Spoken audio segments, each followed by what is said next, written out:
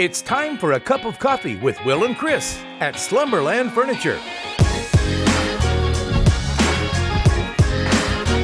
From Slumberland Furniture in Osage Beach, here are your hosts, William Holtz and Chris Schneider. Wow, I'm just going to start this entire thing off by bowing to my sensei. No. It's killing it. It's not over yet. In the March Madness Tournament Challenge here at Lake TV, this guy is killing it. That's right. His name's Chris Schneider. I'm William Holtz, and it's time for a cup of coffee with Will and Chris right here at Slumberland Furniture. Of course, we'll go over our brackets. Yeah, we even got money on this. Yeah, Hey, allegedly, baby. okay, Yeah. Allegedly. Got money on this. So on this week's show, we'll talk about March Madness, and madness is about the only way to sum it up so far, Chris. Yeah, I mean, such amazing. I'm shocked at how well one of the conferences is doing. That's the Pac-12. What are they, like 11-1, you said? Yeah, something like that. Just incredible. Almost unbeatable. And so if you pick Pac-12 teams, you're winning your bracket. If you didn't, you might be in trouble. I'm still doing all right because I got my Final Four teams left. How you doing? Yeah, we'll go over that here shortly. We've got that to talk about. We've got a couple of important local upcoming elections right around the corner. We also have an update on the Leanne Bauman case. That and a whole lot more. But first, what's going on with our friends right here at Slumberland? Hey guys, Daryl Cunningham, Slumberland Furniture Lake. I know last week we talked about all the furniture we have that is here and ready to go, but we've got some crazy specials for you with financing and sales prices. So let's look at this set right here. We're talking oversized chair, ottoman, and sofa. With the financing, we're less than $30 a month on all of it. And with the financing, this Pottery Barn style sectional, we're talking $45 a month. If Italian leather is your thing, then we could do this sectional for under $40 a month. And you want to get a good night's sleep? Well, we can do the mattress with the adjustable base for $20 a month. And everyone's going to have to take time to eat. So dining sets, table and 4, table 6, table and 8, they're going to start at $20 a month too. Come see us at Slumberland, where it's always a good life.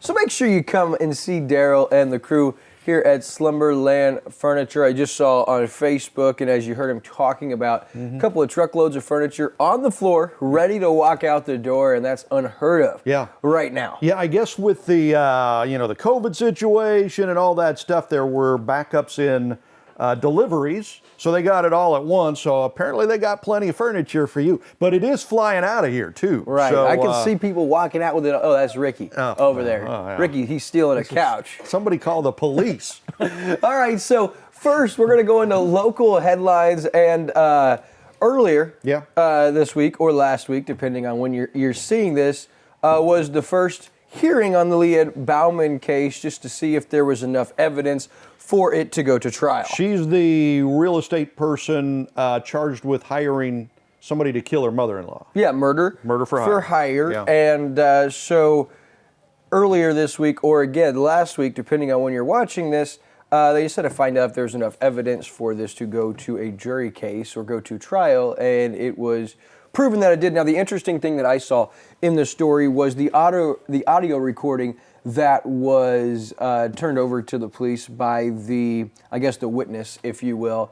That was played yesterday, and Bauman came into the courtroom. She was wearing a orange and white jumpsuit. She was shackled, but she did have on some big purple glasses, probably characteristic to her personality. But as this recording played, she just sat there, bamboozled, if you will, just looking down, very ashamed, I would imagine, and wild story, wouldn't you say? A couple of them lately, yeah. Between that and the Mayor Morawski case, very crazy the last few weeks.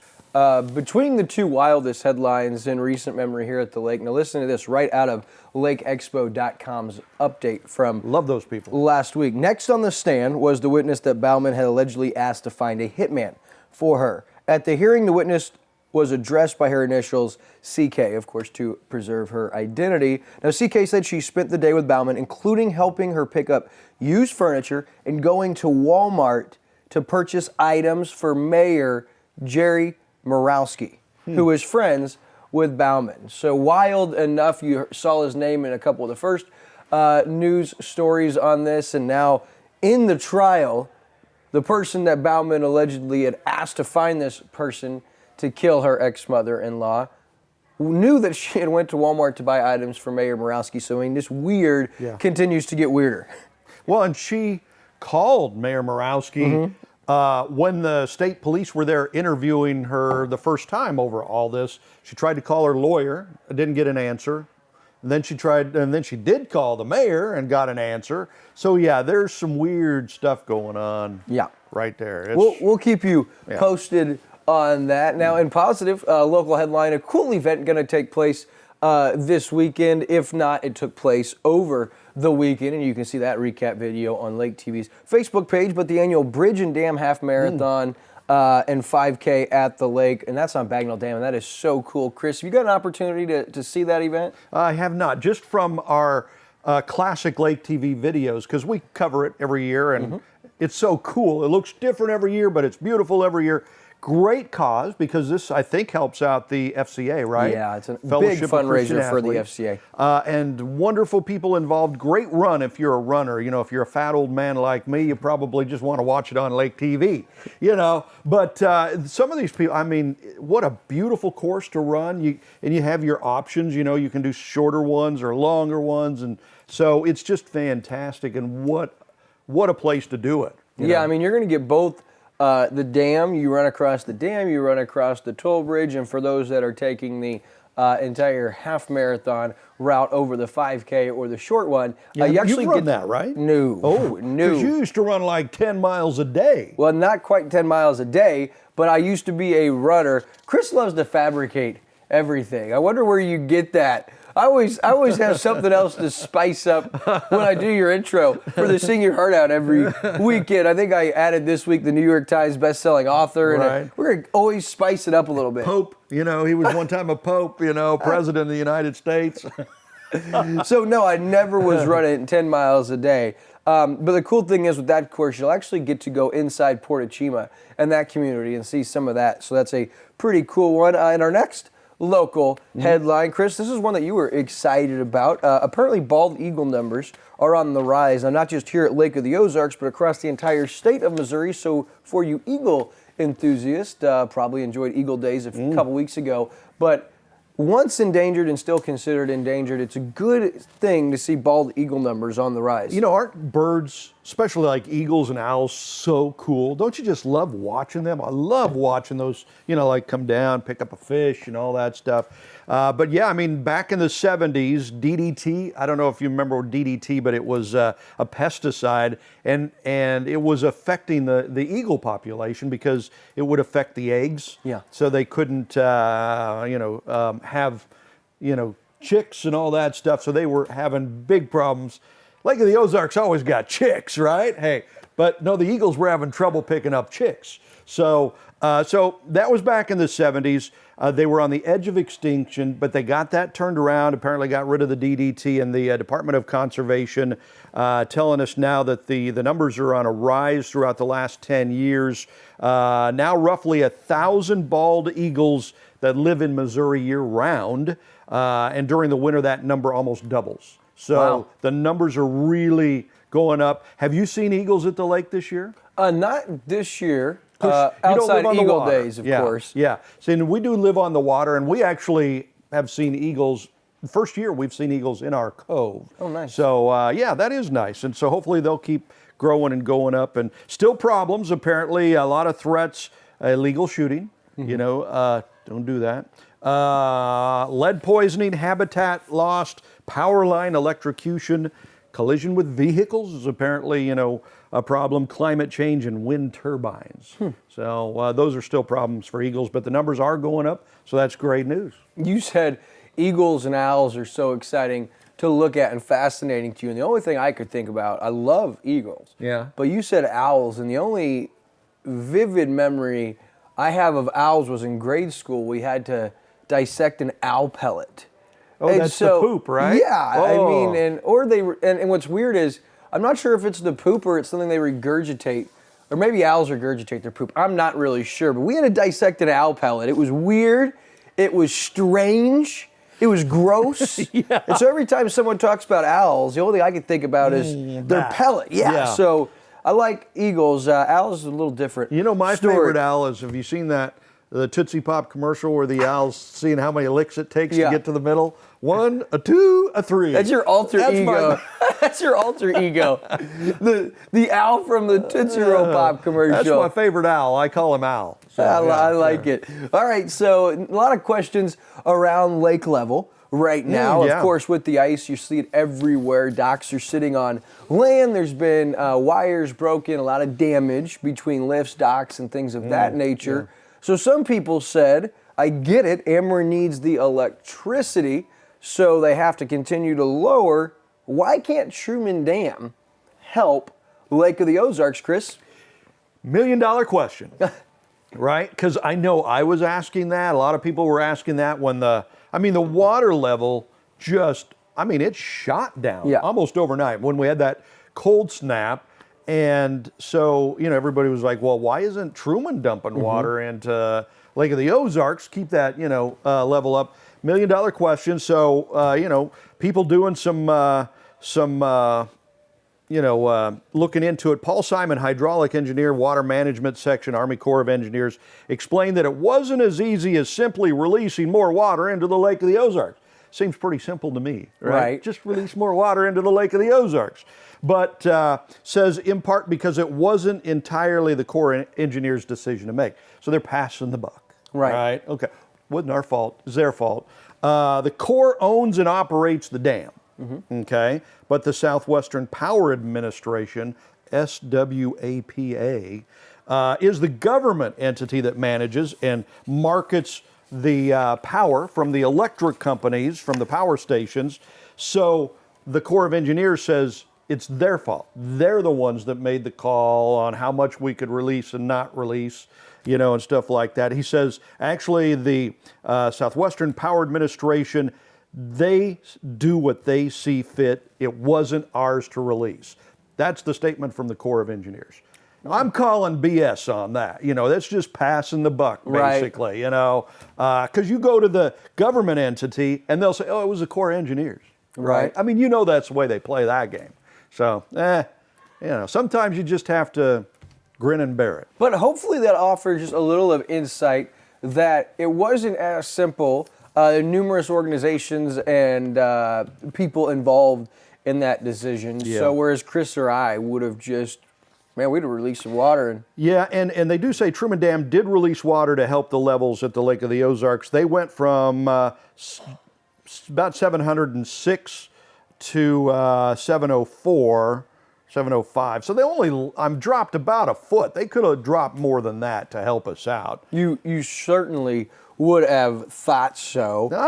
But hopefully with the rain and everything, the lake level will be back closer to normal. Am I being too hard on him? No, not at all. I mean, it's frustrating, and it does leave you wondering why, because there are so many people here at the lake that are sitting here with their docks sitting on dirt or the bottom of the lake, and the levels are still crazy low. But hopefully over the next couple weeks into the next month, we'll start to see that come back. Yeah, I have seen it starting to come up the last week or so. It's been doing pretty good. It's gone up a foot. Yeah, at least. Yeah, so at least my floaties are in the water now. They were just sitting on the ground before. You say my floaties, I just picture Uncle Chris with a pair of water wings, just sitting by his dock with a loofah, you know, with the ice floating around me. Yeah, no, I have some floaties that hold the cables up out of the water. The cables would go out to the dock, and those were just sitting on dry land. So the water has come up that far, so the rain is definitely helping. Very good. All right, one other thing now. We talked about some important local elections. Now, of course, this show debuts on Wednesday today. So if you're watching it today, of course, or tomorrow, and maybe you're catching it afterwards and you didn't get to see either of those forums Wednesday and Thursday night on Lake TV with the Lake Ozark Mayor and, of course, the Camdenton Mayor and School Board. If you didn't get a chance to tune in, because this is after Wednesday or Thursday. You can go to Lake TV's Facebook page and see that in its entirety, and that'll give everyone here locally an idea of who exactly these individuals are that are running for our local mayors as well as the Camdenton School Board. And Chris, I'm telling you, this local school board election coming up for Camdenton may be the biggest local election we've had in some time. Yeah, I mean, it's funny because I think as Americans, to a large degree over the last, I'm going to say 50 years, maybe 70 years, we fell asleep. Yeah. We got busy doing other things, whether it was business or, whatever, but we forgot about running the country and about, we were too busy to go join the school board, or we were too busy to volunteer for important positions or run for mayor. I mean, those things are hugely important because who's in those positions decide what your kids are learning in school and what businesses could come in the community. Well, and we're too busy off doing our thing, and I'm guilty of that. So I think in the last year or two, people have said, wow, we got to make a difference. And you see that with people running for school board now, people running for mayor now, stuff like that. But it doesn't do any good. I think it was one of the Russian dictators says, it's not who votes that counts, it's who counts the votes who counts. And there's never been more truth to that than right now is... That's coming from Russia. Yeah. So... not sure I'd use Russia. you got I mean, when you're taking advice from Russia, you're in trouble, right? I mean, so, I mean, it's important that we... But it's important that you as the voter see what's going on, see what these people stand for, vote for what you want. I mean... some of you aren't going to like what Will or I like, but vote for what you want. But that's only because they're drinking. If they I don't know like what you drinking, man. So that's why we're putting the forums on the air. If you can watch it live Wednesday or Thursday, if you miss a Wednesday or Thursday, watch it. We've taped it. You can see it on our Facebook page, YouTube. Probably. Yep. So we've got that covered for you. We're here to serve you on Lake TV. No doubt. And as you mentioned, luckily over the last couple of years, we've seen more engagement from our local business owners and community members stepping up and wanting to get involved. And of course, write-in candidate Dennis Newberry is now joining the race for Lake Ozark Mayor. And Lake Expo recently published a readers poll, said, who do you guys want to see? And you had 4 options: Johnny Francesco, of course, Mayor Jerry Morowski, the incumbent, and then you also have Dennis Newberry as the write-in, and then they had a 4th option for an additional write-in if you didn't like Newberry. And as of taping Wednesday of this show, Newberry had a demanding lead. Nearly 65% of readers that were polled said they wanted Dennis Newberry. And he's the write-in guy. Yeah, he's the write-in. Boy, you don't see that very often. You don't see that very often. All right, so here is that's kind of going to wrap up our local headlines. A couple of national headlines, Chris. Before we get into bracket, one thing I wanted to talk about was Deshaun Watson case. Wow. Man, it's getting crazy. Yeah, I mean, here's this great quarterback, right? Came out of Clemson, won a national championship at Clemson, beating Alabama, which made us all happy, right? Goes to the NFL. He's been at Houston Texans for the last few years. Really, really great quarterback. The Chiefs played them twice their Super Bowl year. Lost to them the first time they played and beat them in the playoffs. But Deshaun Watson's one of those really great athletic quarterbacks. Seemed like a great guy, but now he's got all these lawsuits coming against him, charges of sexual assault, I think, right? Yeah, and the lawyer who's representing all these women, Tony Busby, he told Fox 26 in Houston Monday the total number of lawsuits have reached 14, with 24 total claims now under consideration. And I'm not really sure, Chris, how I want to handle whether or not I think there's any merit to this. There is a reason there's been no charges filed. And I don't know if you're paying attention, but a lot of these reports are eerily similar, so far as one of the alleged claims by one of the masseuses said it was her first time ever giving a massage. Now that threw a red flag for me, because if you were online as a massage therapist or a masseuse and he reached out to you and arranged this private massage, How would he have known to reach out to you if you've never given a massage and you weren't a masseuse? So that was one of the red flags. And I can't say if there's any merit or there's any truth to any of this. We will let that be determined. But here's what I was a little frightened of. In this current culture that we're sitting in here in 2021, there is such a double standard when it comes to, even if Deshaun Watson is proved innocent on all of these cases, and Tony Busby, the lawyer representing these women, and all these women, let's just assume, hypothetically, that there's no merit, there's no truth, and they get sued for defamation of character, and they lose that, and Deshaun Watson wins. That man will never have the same spotlight, the same reputation again, and it's frightening because it started under the Obama administration when you looked into college universities that if any female even said a male person had sexually assaulted or harassed them, that male was removed from campus and not allowed before he was even proven guilty. Yeah. So before guilty, you're supposed to be innocent until proven guilty in a court of law. Well, that set a very, very dangerous precedent under the Obama administration where you saw men in college campuses. They told the girl, no, I won't date you. No, I won't help you on your homework. All a girl had to do was just say, he touched me. And that guy's life would be ruined, and that is scary. And I'm not here condoning. I never think anything non-consensual is okay. There's nothing worse in my book. However, it is a dangerous precedent when a female can now ruin a male like that. And I think that we're going to find out in this Deshaun Watson case that there may not be as much here as they lead you to believe. But guess what? Everyone for the rest of eternity is going to think about Deshaun Watson when you hear his name. Yeah. This case right here. And let me tell you, if Houston and their organization, which heaven forbid, because the organization that hires a guy like Bill O'Brien lets him run your organization to the ground, trades DeAndre Hopkins, the best receiver in football, for nothing, I'm starting to question, how good is this organization? And Deshaun Watson wanted out. How come they haven't released him yet, Chris? 24 allegations against the guy, yet Kareem Hunt pushes a girl, gets kicked off the team because he lied to the organization. So if Houston's not going to cut him, what do they know we don't? Because I guarantee you, a star player in the NFL, Patrick Mahomes, gets 24 claims of sexual civil assault. Guarantee the Chiefs aren't keeping him on the roster. Why has he not been cut by Houston? Not Patrick Mahomes.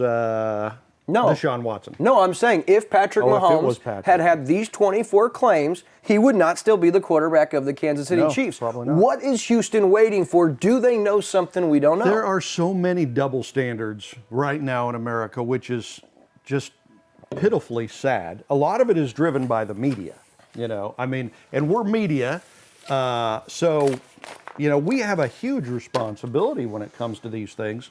But a lot of times the national media has picked a side and they go with that side, and there's a double standard. Absolutely. One side can be accused, so like you're saying in the Deshaun Watson thing, the whole world comes down on him and the whole world knows about it, right? Somebody else, like the lawyer maybe, the double standard is he might be making a lot of this up or fabricating it. You never see that, right? Right. But if that is proven to be the case, which we see nationally all the time, media decides not to cover that. Right. There's a huge double standard to that.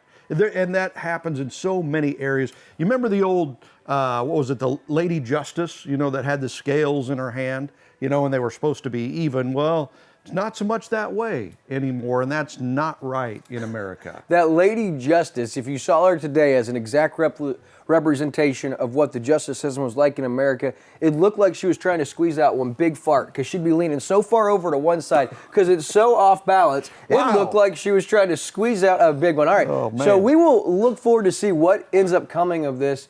But I smell something fishy going on with this Deshaun Watson case, and I'm not about to make him a villain in my mind until he gets his due diligence. Well, back or his, to the his innocent due in until court. proven guilty thing, Right. right? That's the way it's supposed to be.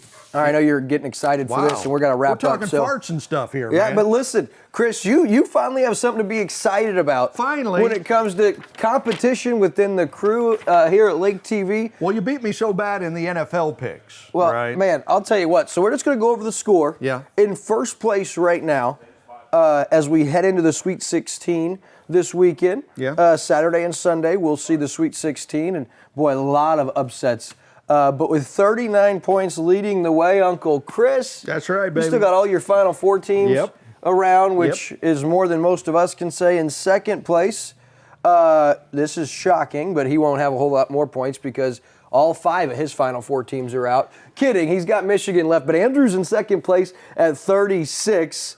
At 34, Ricky. Yeah. I've got 31, and I'm just holding on by a thread. And, of course, Megan, she had all 4 of her teams knocked out already for Final Four. So, man, it has been interesting, Chris. And I look at your bracket, man, I see a lot more orange than I do green, which is a good thing when you look at the brackets. What's probably been your biggest surprise? My biggest surprise is how great the Pac-12 has played. Those teams have just, they've chewed up everybody so far, dominating this tournament. So if, your teams, even if they're much higher seeds, seem to play a team out of the Pac-12, they got beat and they're in trouble. Gonzaga plays on the West Coast, so I think they've played a lot of those Pac-12 teams. That is a good thing if you pick Gonzaga. Makes you wonder, though, about the Big Ten teams have stunk it up. They've been bad. The SEC teams have been bad. So we'll see how this all plays out.